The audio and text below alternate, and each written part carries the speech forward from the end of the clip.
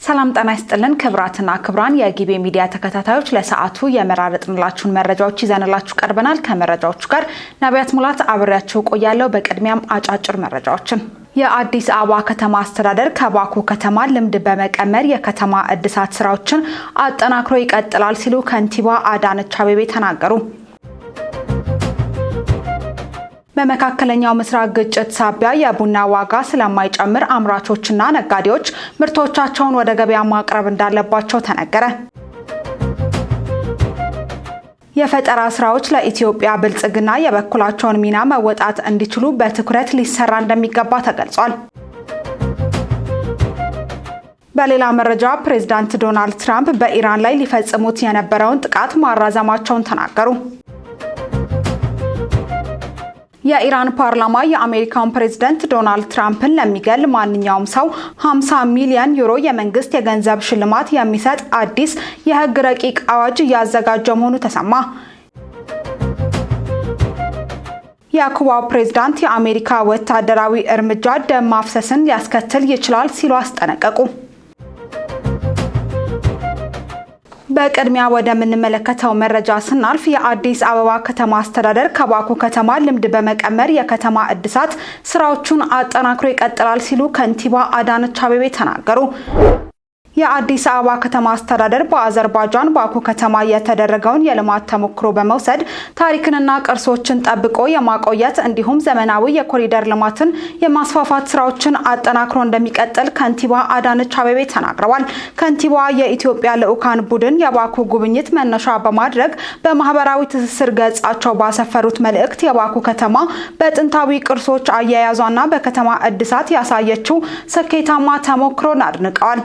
በተለይም ባኩ ጥንታዊቷ ከተማ በሚል የሚታወቀውን ታሪካዊ ስፍራ በጥንቃቄ በማደስ ለቱሪዝም ክፍት ማድረጓን እንዲሁም ቀደም ሲል ጥቁሯ ከተማ ይባል የነበረውን ጎስቋላ ስፍራ በማፍረስ ነጭ ከተማ በተሰኘ ውብና ዘመናዊ መልክ መገንባቷን እንደ አርአያነት ጠቅሰውታል። ይህ የከተማ እድሳት ሂደት የአዲስ አበባንና የኢትዮጵያን ተሞክሮ የሚያንጸባርቅ መሆኑን የገለጹት ከንቲባ አዳነች አቤቤ በኢትዮጵያም እንዲሁ ጎስቋላ አካባቢዎች በአዲስ መልክ በመገንባት ላይ እንደሚገኙ ገልጸዋል። በዚህም በቅርስ ጥበቃ ረገድ በፒያሳና በ4 ኪሎ አካባቢ የሚገኙ ጥንታዊ ህንጻዎችን፣ የመጀመሪያውን ሲኒማ ቤት፣ ማዘጋጃ ቤቱን፣ ብሔራዊ ቤተ መንግስትንና የተለያዩ ሐውልቶችን በማደስ ለቀጣዩ ትውልድ የማሻገር ስራ እየተከናወነ መሆኑን ጠቁመዋል። በተጨማሪም እንደ ሐረር ጀጎል ግንብ፣ የጅማ አባጅፋር ቤተ መንግስት፣ የላሊበላ ውቅር አብያተ ክርስቲያናትና የጎንደር ፋሲል ቤተ መንግስት ያሉ ትልልቅ ቅርሶች በመታደስ ላይ እንደሚገኙ አስታውሰዋል። በኮሪደር ልማትም ጎስቋላና ለመኖር ምቹ ያልነበሩ አካባቢዎችን በማፍረስ በምትኩ ዘመናዊና ምቹ የመኖሪያና የስራ ቦታዎችን የመገንባት ስራ በተሳካ ሁኔታ እየተከናወነ መሆኑን አንስተዋል። በቅርቡ በመዲናዋ የተተገበረው ሰፊ የኮሪደር ልማት ፕሮጀክት ለዚህ ዋና ማሳያ መሆኑንም የገለጹት ይህም ከተማዋን ለእግረኛና ለብስክሌት ምቹ አረንጓዴና ዘመናዊ ከማድረጉን ባሻገር የመንገድ መሰረተ ልማትን በማዘመን የከተማዋን ገጽታ በአበረታች ሁኔታ እንደቀየረው ገልጸዋል። የባኩ ጉብኝት በሁሉም የሀገራችን አካባቢዎች የተጀመሩትን የከተማ ልማት፣ የቅርስ ጥበቃና ዘመናዊ የመሰረተ ልማት ግንባታ ስራዎች ይበልጥ አጠናክሮ ለመቀጠል ትልቅ ልምድ የተቀሰመበት አጋጣሚ መሆኑንም ከንቲባ አዳነች አቤቤ አንስተዋል። በመካከለኛው ምስራቅ ግጭት ምክንያት የቡና ዋጋ ስለማይጨምር ነጋዴዎችና አምራቾች ምርቶቻቸውን ወደ ገበያ ማቅረብ እንዳለባቸው ተገለጸ። የኢትዮጵያ ቡናና ሻይ ባለስልጣን ዋና ዳይሬክተር ዶክተር አዱኛ ደበለ የመካከለኛው ምስራቅን ጨምሮ በተለያዩ የዓለም ሀገራት በሚቀሰቀሱ ግጭቶች ምክንያት የቡና ዋጋ ሊጨምር ይችላል በሚል የተሳሳተ መረጃ ነጋዴዎች ኪሳራ ውስጥ እንዳይገቡ አሳስበዋል። በዓለም አቀፍ ደረጃ በቡና ምርቷ በስፋት የምትታወቀው ብራዚል በሰኔ ወር ጀምሮ 78 ሚሊዮን ኩንታል የሚጠጋ ምርት ለገበያ ስለምታቀርብ የሀገራችን አምራቾችና ነጋዴዎች ከዛ አስቀድመው ገበያ ላይ ቢያወጡት ተጠቃሚ እንደሚሆኑም ተናግረዋል። አሁን ላይ የቡና ዋጋ በቶን 30 በመቶ ያህል መቀነሱን የገለጹት ዶክተር አዱኛ ምንም እንኳን ለሀገራችን ጉዳት ሆኖ የሚታይ ባይሆንም የቪየትናምና የብራዚል ቡና ወደ ገበያ ከገባ ከዚህ በታች ሊወርድ ስለሚችል ምርቱን ባለው ገበያ ማቅረብ ይገባል ያሉት ኢትዮጵያን ጨምሮ ቪየትናምና ብራዚል በዚህ ዓመት ከፍተኛ የቡና ምርት ማምረታቸው በዓለም አቀፍ ደረጃ ሊከማች ይችላል ተብሎ የተገመተውን 8 ሚሊዮን ቶን በላይ የቡና ምርት እንዲኖር እንደሚያደርግና ይህም ለዋጋ መቀነስ አንዱ ምክንያት እንደሆነ ተናግረዋል። የመካከለኛው ምስራቅ ቀውስ በማጓጓዣው ዘርፍ ላይ ተጽዕኖ ስለሚያሳድር በገበያው ላይ ተግዳሮት ቢፈጥርም በቡና ዋጋ ላይ ግን ለውጥ እንደማይኖረው ነው የተናገሩት። የኢትዮጵያ የቡና ምርት ከባለፈው ዓመት ጋር ሲነጻጸር በዋጋም በገበያም የተሻለ እንደሆነና እስካሁን ከደረጃ 4 በላይ የሆኑ የቡና አይነቶችን ብቻ ለዓለም አቀፍ ገበያ በማቅረብ ታዋቂነትና የገበያ ትስስርን የመፍጠር ሂደቱን ውጤታማ እንዳደረገውም ተናግረዋል። በዘንድሮ የቡና ሽያጭ ኢትዮጵያ 320,000 ሜትሪክ ቶን ቡና ወደ ውጭ ገበያ የላከች ሲሆን ከዚህም 2.2 ቢሊዮን ዶላር ገቢ እንዳገኘችም አመላክተዋል። የቡና አምራቾችና ነጋዴዎች በመካከለኛው ምስራቅ ግጭት ምክንያት የቡና ዋጋ ይጨምራል በሚል ቡና ማከማቸት እንደሌለባቸውና ምርታቸውን ባለው ገበያ ውስጥ መሸጥ እንዳለባቸውም ገልጸዋል። ምርታቸውን ባለው ገበያ ላይ መሸጥ እንደሚገባቸው ተመልክቷል። የፈጠራ ስራዎች ለኢትዮጵያ ብልጽግና የበኩላቸውን ሚና መወጣት እንዳለባቸውና ለዚህም በአትኩሮት መሰራት እንዳለበት ተገለጸ። ይህ የተገለጸው በዛሬው ዕለት የህዝብ ተወካዮች ምክር ቤት በ5ኛ ዓመት የሥራ ዘመኑ በ22ኛ መደበኛ ስብሰባው የኢኖቬሽንና ቴክኖሎጂ ሚኒስቴር የ2018 በጀት ዓመት የ9 ወራት እቅድ አፈጻጸም ሪፖርቱን በገመገመበት ወቅት ነው። የሰው ሀብት ስራ ስምሪት ቴክኖሎጂ ጉዳዮች ቋሚ ኮሚቴ ሰብሳቢ ዶክተር ነገሪ ሌንጮ ኢኖቬሽንና ቴክኖሎጂ ሚኒስቴር የንግድና የመንግስት አገልግሎት ቴክኖሎጂ የተደገፈ እንዲሆኑ ያከናወናቸውን ተግባራት አበረታች መሆናቸውን አስገንዝበዋል። ተቋሙ በ9 ወራት ውስጥ ካከናወናቸው ጉልህ ተግባራት መካከል በቴክኖሎጂ የታነጸ የሰው ሀብት ለማፍራት ስልጠናዎችን መስጠታቸውን፣ ችግር ፈቺ ጥናትና ምርምሮች ማካሄዳቸውን፣ በስፔስ ሳይንስና በጂኦስፓሻል ዘርፎች የተከናወኑ ተግባራትን በጥንካሬ የሚታዩ አፈጻጸሞች መሆናቸውንም ዶክተር ነገሪ ሌንጮ ተናግረዋል።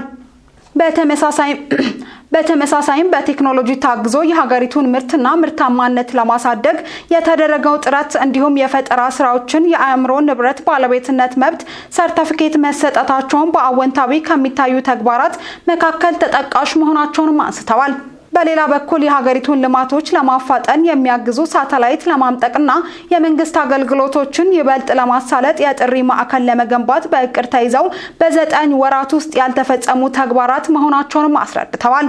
መንግስት የጀመረውን የመሶብ አንድ ማዕከል አገልግሎት ለማሳደግ የዲጂታል ኢትዮጵያ 2030 በሚገባ እንዲሳካ እንዲሁም በስፔስ ሳይንስና በጂኦስፓሻል ዘርፍ ችግር ፈቺ ጥናቶች እንዲካሄዱ ተቋሙ ትኩረት ሰጥቶ ሊሰራ እንደሚገባም ነው ያሳሰቡት። የፈጠራ ስራዎች ለኢትዮጵያ ብልጽግና የበኩላቸውን ሚና መወጣት እንዲችሉም ሊሰራ እንደሚገባም ጠቁመዋል።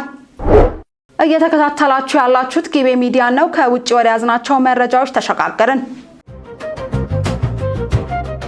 ፕሬዝዳንት ዶናልድ ትራምፕ በኢራን ላይ ሊፈጽሙት የነበረውን ጥቃት ማራዘማቸውን ተናገሩ። የባህረ ሰላጤው ሀገራት ሳውዲ አረቢያ፣ ኳታርና አረብ ኤምሬቶች እንዲሁም ሌሎች ሀገራት ኢራን ላይ ጥቃት እንዳይሰነዘር ጠይቀውኛል ብለዋል ትራምፕ። ለማክሰኞ ቀን ተቆርጦለት የነበረው ጥቃት ለዲፕሎማሲ ጊዜ መግዣ በሚል አሁን ላይ ቆሟል። በእርግጥ ጥቃቱ ለ2 እና 3 ቀናት ያህል እንደተራዘመ መነገሩ ያን ያህል ዘላቂ ሰላም ላያመጣ ይችላል እየተባለ ይገኛል። ፔንታጎን ቢያንስ በአሁኑ እርምጃ እንዳይወስድ በትራምፕ ታዟል።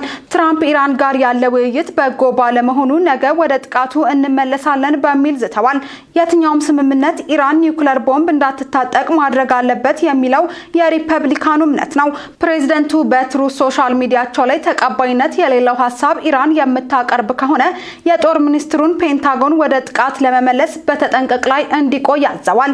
ትራምፕ ማክሰኞ የያዙትን ጥቃት አራዘሙ እንጂ ኢራን ላይ መጠነ ሰፊ ጥቃት ለማድረስ አሁንም ተዘጋጅተዋል ነው የተባለው። ኢራንም የመደራደሪያ ነጥቦቿን በፓኪስታን በኩል ለአሜሪካን መላኳ የሚዘነጋ አይደለም። ዘገባው የአርቲ ነው። በተያያዘ ሌላ መረጃ የኢራን ፓርላማ የአሜሪካውን ፕሬዝዳንት ዶናልድ ትራምፕን ለሚገድል ማንኛውም ሰው 50 ሚሊዮን ዩሮ የመንግስት የገንዘብ ሽልማት የሚሰጥ አዲስ የህግ ረቂቅ እያዘጋጀ መሆኑ ተሰምቷል። ይህ በኢራን ከፍተኛ ህግ አውጪዎች ደረጃ እየተመከረበት ያለው አዲሱ የህግ ረቂቅ የእስላማዊቷን ሪፐብሊክ ወታደራዊና የደህንነት ኃይሎች የአረባዊ እርምጃ የሚል ስያሜ የተሰጠው ሲሆን መንግስት ለግድያው የተመደበውን ከፍተኛ የገንዘብ መጠን በይፋ እንዲከፍል የሚያስገድድ ነው። የኢራን ፓርላማ የብሔራዊ ደህንነትና የውጭ ጉዳይ ፖሊሲ ኮሚቴ ሰብሳቢ ኢብራሂም አዚዚ በሀገሪቱ ብሔራዊ ቴሌቪዥን ቀርበው እንደተናገሩት ይህ እርምጃ አሜሪካና እስራኤል የኢራን ወታደራዊ መሪዎችንና አዛዦችን ለገደለችበት አጸፋዊ ምላሽ ነው ብለዋል። አዚዝ አክለውም ዶናልድ ትራምፕ የእስራኤልን ጠቅላይ ሚኒስትር ቤንያሚን ኔታንያሁና የአሜሪካው መካከለኛው እዝ ዋና አዛዥ በዋነኛነት መገደል እንዳለባቸው ገልጸዋል። ይህንን የግድያ እርምጃ ሃይማኖታዊና ርዕዮተ ዓለማዊ ተልእኮ ሲሉ ጠርተውታል። ከዚህ መግለጫ አስቀድሞ ባለፈው መጋቢት ወር ላይ በርካታ የኢራን የሞባይል ስልክ ተጠቃሚዎች የትራምፕን ግድያ ዘመቻ የሚደግፍና ለዚሁ ተግባር የሚውል የገንዘብ ማሰባሰቢያ ጥሪዎችን የያዙ የጽሑፍ መልእክቶች ደርሳቸው እንደነበር ተናግሯል። በተያያዘም በቅርብ ጊዜ ይፋ የሆነው የአሜሪካ የስለላ መረጃ እንደሚያሳየው ከኢራን ጋር ግንኙነት አለ የተባለ አንድ ተላላኪ ግለሰብ ትራምፕን ለመግደል በቅድሚያ $5000 ተከፍሎት ሲንቀሳቀስ እንደነበር ተደርሶበታል ነው የተባለው።